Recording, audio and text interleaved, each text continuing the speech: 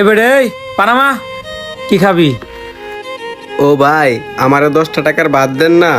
এই বেটা 10 টাকার ভাত খাবি ক্যাশিয়ারে জানাইছস? ও ভাই, আমি যদি ক্যাশিয়ারে বলি আমারে 10 টাকার ভাত দিতে, তাহলে তো ক্যাশিয়ারে ধরে আমাকে মারবে। ভাই আপনি আমারে দেন না 10 টাকার ভাত।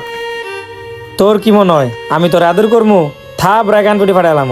বাইরে বেটা ফাইজলামি করতেছিস না? এইটা কি তোর ঘর পাইছস? এটা রেস্টুরেন্ট। আর আমার গেট আপে দেখছস? ড্রেস দেখ। যা এখান থেকে যা। ও ভাই, আমি তো আপনার কাস্টমার। আর সব থেকে বড় কথা হলো আমার কাছে না ভাই 10 টাকায় আছে। আমার কাছে 10 টাকার বেশি নেই। তাছাড়া আমার আম্মু অনেক অসুস্থ। এই বেটা তোর মা অসুস্থ, মার সেবা করবি বাসায় গিয়া। তুই এখানে আইছস 10 টাকার ভাত নিতে?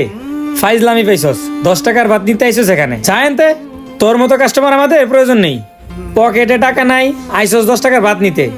ও ভাই, আমি তো আমার মায়ের সেবা করি, তার জন্যই তো কোনো কাজ কাম করতে পারি নাই। তাইলে তুই এক কাজ কর, তুই গিয়া ভিক্ষা কর। ভিক্ষা করলে অনেক টাকা পয়সা পাবি, তোর মা ট্রিটমেন্ট করাতে পারবি। এনে আইয়া ফাতরামি করিস না। ও ভাই, ভিক্ষা করা তো আমাদের ইসলামে জায়েজ নাই। আর আমি সুস্থ সফল মানুষ, আমি কেন ভিক্ষা করব ভাই? আর এই যে 10 টাকার ভাত নিতে আসছি, এটা আমার জন্য না, এটা আমার মায়ের জন্য নিতে আসছি। এখানে এসে ফাইজলামি করতেছস। তুই যদি কাস্টমার না হইতি, ভাই আমি আসতেছি।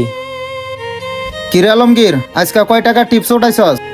আরে দূর ভাই, বাদ দেন টিপসের কথা। কই থেকে এক ভিক্ষুক খাইছে 10 টাকা ভাতের লাইগা? শোন আলমগীর, তোর একটা বুদ্ধি দেই।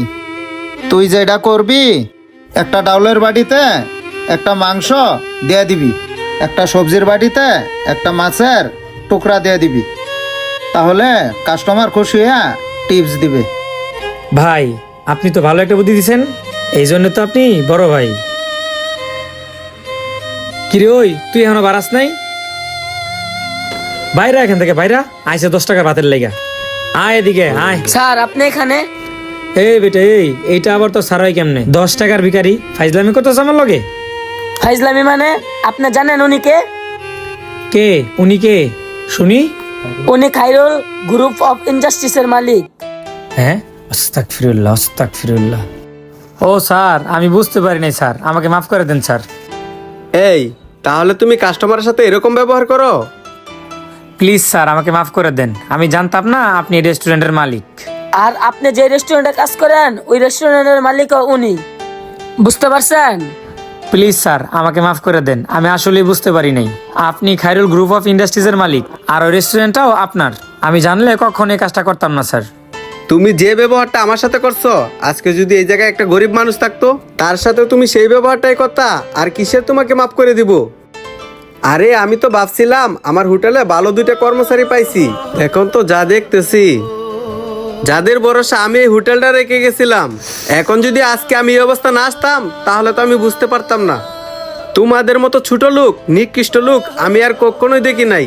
প্লিজ স্যার শেষবারের মতো আমাকে একটা সুযোগ দিয়ে দেখেন, আপনার এই রেস্টুরেন্টকে 5 স্টার হোটেল বানিয়ে ছাড়বো স্যার।